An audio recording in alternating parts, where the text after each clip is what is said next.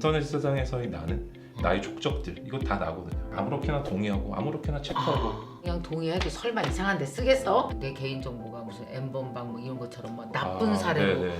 활용될 수도 있고. 집에요 또 이상한 전화가 계속 왔었어요.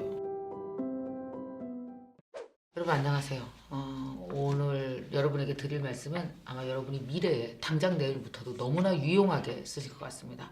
혹시 그 식당 가셨나요? 그랬더니 뭐라 그래요? 그 카카오에 가갖고 QR코드 찍어달라고 얘기했을 거예요. 아니면 종이로 적어달라고 요즘 얘기했을 거예요. 근데 막연히 개인정보 이거 어떻게 다 쓰시려고 그래요? 이렇게 말은 했지만 그게 어떻게 쓰여지고 어떻게 나한테 영향을 미치는지 여러분 기초적으로 지식 거의 없으시죠.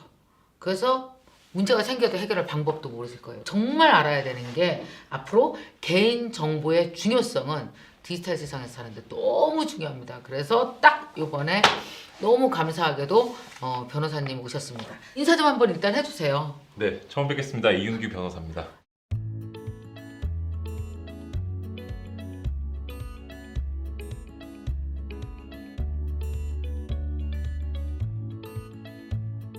요즘에 왜 개인정보에 대해서 이렇게 법률적으로도 좀 더 깊이 들어가서 파악하고 있고 왜 일반인들은 개인정보에 대해서 민감해져야 되는지 좀 이렇게 설명을 좀 해주세요. 사실 예전에 저희가 이제 법적인 어떤 문제들 이런 네. 거 발생했을 때 아마 거의 가장 큰 문제는 집문서에 대한 거였던 것 같아요.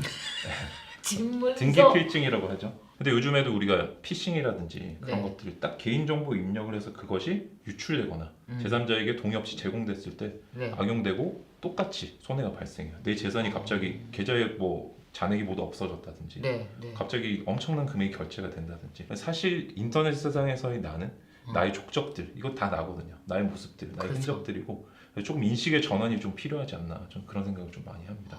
우리가 이게 나의 정보야, 내가 여기 대해서 권리가 있어라는 부분을 좀 명확히 모르고 있다 보니까 아무렇게나 동의하고 아무렇게나 체크하고 그냥 뭐 경품 같은 것도 굉장히 받을 때 막 맞아. 적잖아요. 근데 우리가 이제 개인정보를 언제 주나 네, 그러니까 일반인의 눈으로 한번 생각해 보자고요. 네, 내가 개인정보를 찾아가서 내가 준 적은 없어요. 네. 근데 동의하시겠습니까? 묻는 거는요. 선택하라는 얘기가 아니에요. 동의 안 하면 너 이거 못 써. 그럼 네. 무조건 동의를 해야 맞습니다. 내가 원하는 걸 할 수 있잖아요. 네. 뭐 이렇게 공신력 있는 데인데 뭐 그냥 동의해도 설마 이상한 데 쓰겠어?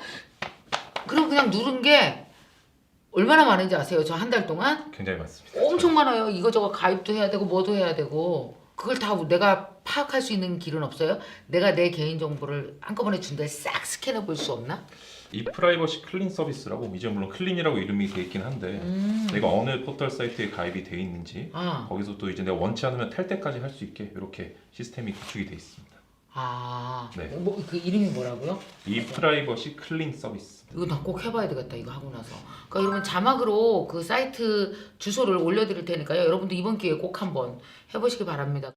2010년 한 초반만 해도 이 사이트를 이용하려면 반드시 이런 정보를 제공해야 돼. 그렇지. 그게 아니면 넌 가입 못해라는 것도 어. 있었는데 이제 한번 저렇게 정비가 좀 됐어요. 그래서 불필요한 정보들은 수집하지 말고, 그 이제 최소 수집의 원칙이라고 하는데요. 최소 수집원. 그런 어떤 일종의 기조에 따라서 저희가 꼭 이런 정보 제공을 위해서 필요하지 않은 것들이 있을 수 있잖아요. 예를 들어서 내가 뭐 경매에 대한 정보를 얻고 싶다 그러면은 어떤 내가 땅에 대한 거라든지 아니면 이메일 주소만 있어도 되고 그냥 알려주면 되는데 불필요하게 주소도 수집하고 전화번호도 수집하고 주민등록번호도 수집하고 이럴 수가 있거든요. 주민등록번호. 네, 그런 것들은 이제 요즘에는 조금 이제 주민등록번호 수집하는 것들 많이 없어진 것 같습니다. 없어졌죠. 개인정보위원회가 장관급 기관으로 신설됐을 정도로 네, 사실 우리나라 그 정부에서도 네, 맞습니다. 이걸 되게 중요하게 생각하는 거잖아요. 네. 앞으로 개인 정보라고 네. 하는 것이 사회적으로도 되게 중요하고 시급한 문제가 됐는데 네, 코로나 때문에 더 중요해진 거죠.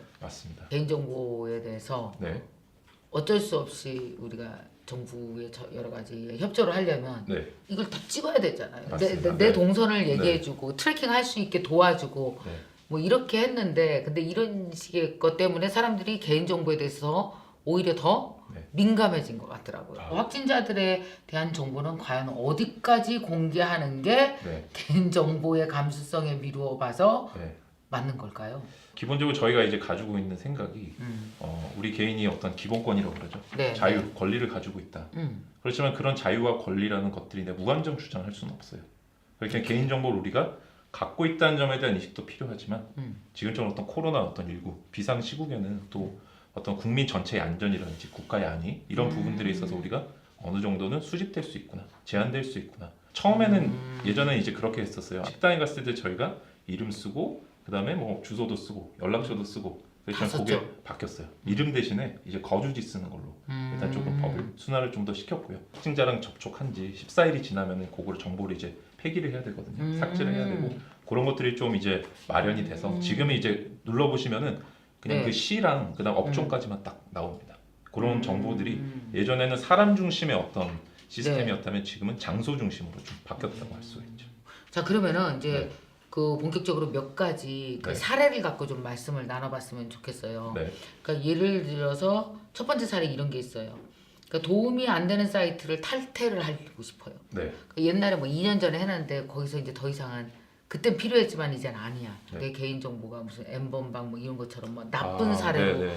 활용될 수도 있고 네, 뭐 맞습니다. 이런 거 그러니까 잘못 유용되는 경우가 있잖아. 악용되는 경우. 네. 그래서 이거 탈퇴가 안 된다 그러면 어떻게 해야 돼요? 현실적인 방법으로는 네, 저희가 일단 개인정보보호법상 네. 내가 한 번 준 정보라고 하더라도 내 몸의 일부라고 생각을 하면 언제든지 가지고 올 수가 있겠죠. 그래서 그만 썼으면 좋겠다. 이거를 정보를 보유하고 있는 걸 파기해달라 요청을 할 수 있고요. 요청하면 파기해요? 안 하는 경우가 많이 있죠. 그러니까 내 말이 그게 그때는 그럼 어떻게 해야 되냐고. 개인정보 침해 신고센터라고 있거든요. 아. 118인데 거기에 연락을 해주시는 게 가장 아마 빠른 방법일 것 같습니다. 여기 보니까 이런 분이 있었어요. 저는 최근 스마트폰에 재미를 붙여서 네. 모바일 쇼핑, 인터넷 뱅킹 등 편리한 서비스를 아주 잘 즐기고 있는 60대 여성입니다. 그러던 중에 특정 사이트에서 한의원 공짜 안마를 받게 해준다는 광고를 보고 이름과 개인정보 등 간단히 인적사항을 남겼습니다. 한의원은 이렇게 수집한 개인정보를 이용해서 가짜 환자를 등록하고 손쉽게 허위 진료 기록부를 작성해서 요양급여를 청구했습니다. 저는 어떻게 해야 될까요? 와 이거 완전히 악용하는 이거 거의 사기에 해당하는데 이런 게 있구나. 단기간 동안 스마트폰 세계에 들어가면요 공부해야 될 게 정보량이 갑자기 너무 많거든요. 맞습니다. 처음 입문하면은 그러면 이럴 때 어떻게 피해를 막아야 될까요? 이런 분들은. 그 경우에도 일단 기본적으로 저희가 사용의 어떤 중지 그런 네. 것들을 요청을 할 수가 있고요. 그다음에 손해배상 소송 같은 것들도 아까 제기할 수 있지만 개인정보 이제 분쟁조정위원회라고 있거든요. 여기 조정 신청을 하면은 좀 간이하게 좀 빠르게 결론을 좀 내가 볼 수가 있습니다. 자 그렇다면 이제 본격적으로 여러분 그 우리들이 꼭 알아야 할 개인정보보호법에 대해서 우리 변호사님이 좀 설명을 해 주시겠습니다. 자 다들 법자만 나오면 어려워하니까 좀 쉽게 활용할 수 있게 좀 알려주세요. 네. 아무래도 법은 모두 다 아마 좀 친숙하지 않으시죠. 그래서 그렇죠. 제가 개인정보보호위원회라고 있거든요. 네. 그 홈페이지도 있고 블로그도 있고 페이스북도 있어요. 저도 이제 들어가서 가끔씩 보는데요. 거기 보시면 방금 말씀하신 우리들이 꼭 지켜야 할 개인정보보호법 네. 줄여서 우곡법이라고 하는데요. 아 예, 우리들이 꼭 알아야 할 개인정보보호법. 네. 그게 지금 시리즈가 8편까지 올라와 있는 걸로 알고 있습니다. 네, 네. 그래서 제가 이제 그 중에 오늘은 우리가 어떤 권리를 좀 가지고 있는지 설명을 조금 드려보겠습니다. 예. 기본적으로 저희가 나의 어떤 일부 개인 정보를 다른 사람한테 줄 때는 이 정보를 너가 어떻게 쓸 거야라고 물어봐야 돼요. 그래서 정보 제공의 목적 이런 걸 확인을 해야 됩니다. 그래서 언제까지 수집을 할 거고 어떤 대상을 수집할 거고 이걸 어떤 식으로 쓸 거니 이렇게 즉 정보 처리에 관한 거를 요구를 할 수 있어요. 내가 동의가 전적으로 나의 자유라는 사실을 좀 알고 계셔야 돼요. 나의 몸의 일부를 주는 거기 때문에 네, 네. 줄지 안 줄지는 내가 다 정하는 거죠. 물론 이런 부분에서 아까 말씀하신 것처럼 좀 현실적으로 요거 안 주면 가입 안 시켜줘라고 하는 경우들도 있기는 하죠. 근데 그런 부분들은 이제 우리가 정부의 어떤 정책적인 부분으로 조금씩 네. 많이 규제가 이루어지고 있고요. 두 번째는 그래서 내가 동의 여부, 동의 범위에 대해서 내가 결정권을 가지고 있다. 네, 네. 세 번째, 내가 주고 나면 끝이냐? 그건 아니에요. 우리가 주고 나서는 언제든지 내 정보를 열람을 할 수가 있습니다. 아 그래요? 네, 열람할 수가 있고요. 네. 네 번째는 그리고 잘못된 정보가 좀 있는 것 같아요. 정정을 해달라고 요구를 할 수가 있고, 그다음에 또는 중지, 그만 쓰면 좋겠다. 그다음에 뭐 삭제해달라, 파기해달라. 이렇게 내가 더 이상 나의 정보를 이제 당신한테 주고 싶지 않습니다라고 얘기할 권리도 있습니다. 네. 네. 마지막으로 이제 그렇게 했음에도 불구하고 뭔가 잘 이루어지지 않는다라고 했을 때는 침해에 대한 구제, 손해배상이라든지 이런 제도들이 또 완비가 돼 있고요. 네. 그래서 이 5가지를 기억을 해두시면 좋을 것 같습니다. 우리 집에요 또 이상한 전화 계속 왔었어요. 네. 그러니까 보이스피싱 같은 전화인데 네. 너무 깜짝 놀랐거든요. 아예 이름을 정확히 알고 전화 오더라고요. 깜짝깜짝 놀라실 만한 일이죠. 이걸 내가 사실 언제 제공했는지도 모르겠고 어떤 경로로 이 사람이 알고 있는지도 알 수가 없어요. 너무 놀라울 정도로 되게 접근한 개인정보를 갖고 사람에게 접근하는 거예요. 나에 대한 걸. 맞습니다. 그러니까 이게 범죄에 악용될 게 많고 네. 그러니까 요즘은 범죄도 땅에서는 안 하지 다 저기 디지털에서 범죄 맞습니다. 저지르잖아요. 그러니까 요즘 욕도 막 멱살 잡고 땅에서 멱살 잡으면은 경찰서 바로 끌러가니까 맞습니다. 인터넷에 댓글로 욕하잖아요. 네, 안 맞습니다. 잡아갈 줄 알고. 네. 안 잡아가나요? 굉장히 위험합니다. 그러니까 이게 경각심을 안 가지고 있는 거죠. 내 인터넷 세상에서 어떤 일어나는 일들을 그냥 좀 쉽게 생각하는 경향도 있는 것 같습니다. 이번에도 어디죠? 미국에서 그 방송된 거 봤었는데 문제가 생기니까 일단 그 사람 SNS를 싹 다 뒤지니까 네. 그 사람이 어디에 가서 그 행동을 유발할 만한 댓글을 단 것들을 다 찾아서 증거를 수집하더라고요. 네, 또. 맞습니다. 네. 그러니까 이 인터넷에서의 나가 이제는 내가 아니라고 우길 수 없네요. 동일하다고 거의 생각을 해야겠죠. 굉장히 그죠? 조심해야 됩니다. 그 데이터 때문에 우리 산업이 발달하는 부분도 있고 맞습니다. 근데 함부로 준 데이터는 나중에 해가 돼서 나한테 돌아올 수 있으니 이게 다 그냥 정부가 알아서 하겠지. 큰 기업이 알아서 해야 되겠지. 이게 아니라 내 정보도 내가 지키는 노력을 내가 해야 되는 거군요. 맞습니다. 개인 스스로. 이게 어떻게 쓰이는 걸까? 어떤 부작용이 생길까에 대해서 내가 충분히 좀 생각을 하지 않으면 결국에 나한테 모든 큰 불이익으로 많이 돌아올 수가 있다. 맞아요. 나를 보호도 하고 네, 적절히 증명도 할 수 있는 그런 관심을 가져야 되겠네요. 네 필요합니다.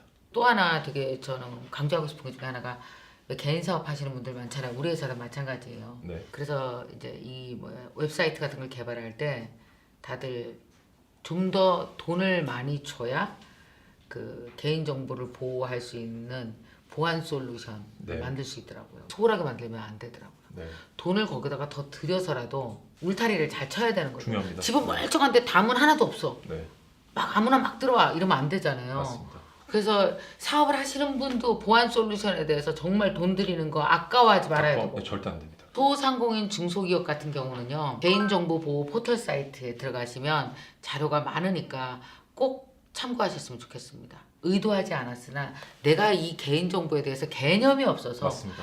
네. 고객의 개인정보를 잘못 침해하거나 네. 잘못 사용하는 일이 있어서 나중에 문제가 생길 수 있거든요.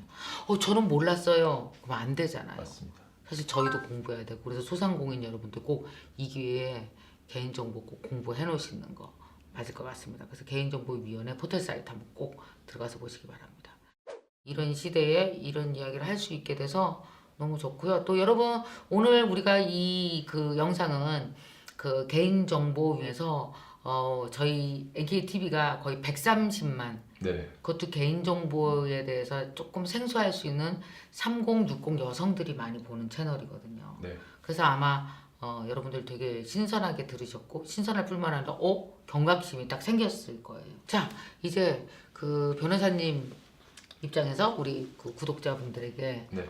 개인정보에 대해서 이렇게 잘 좀 신경 써주십사. 마지막으로 한 번 더 정리를 해주세요. 개인정보가 여러분들께서 의식은 많이 못하시고 계시겠지만 때로는 집문서와 맞먹는 어떤 그 정도의 어떤 나에게 큰 심각한 피해로 돌아올 수 있다. 경각심을 가져주셔야 되고 아까도 제가 말씀을 드렸지만 내 몸의 일부를 나는 항상 흔적을 남기면서 살고 있다. 거기에 대한 권리를 먼저 가지고 있다는 걸 좀 아셨으면 좋겠어요.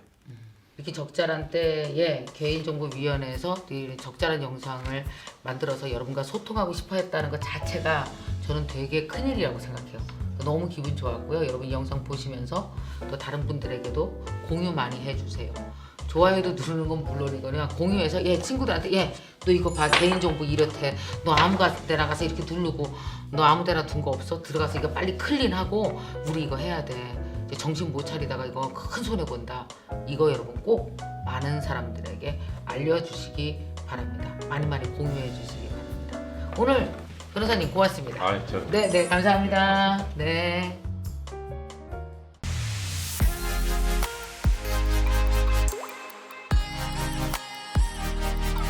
그러면 이거는 어마어마한 건데 왜냐하면 다른 그 어떤 것보다 파워풀하다고 생각하는 게 인스타그램이 여자들의 천국이에요.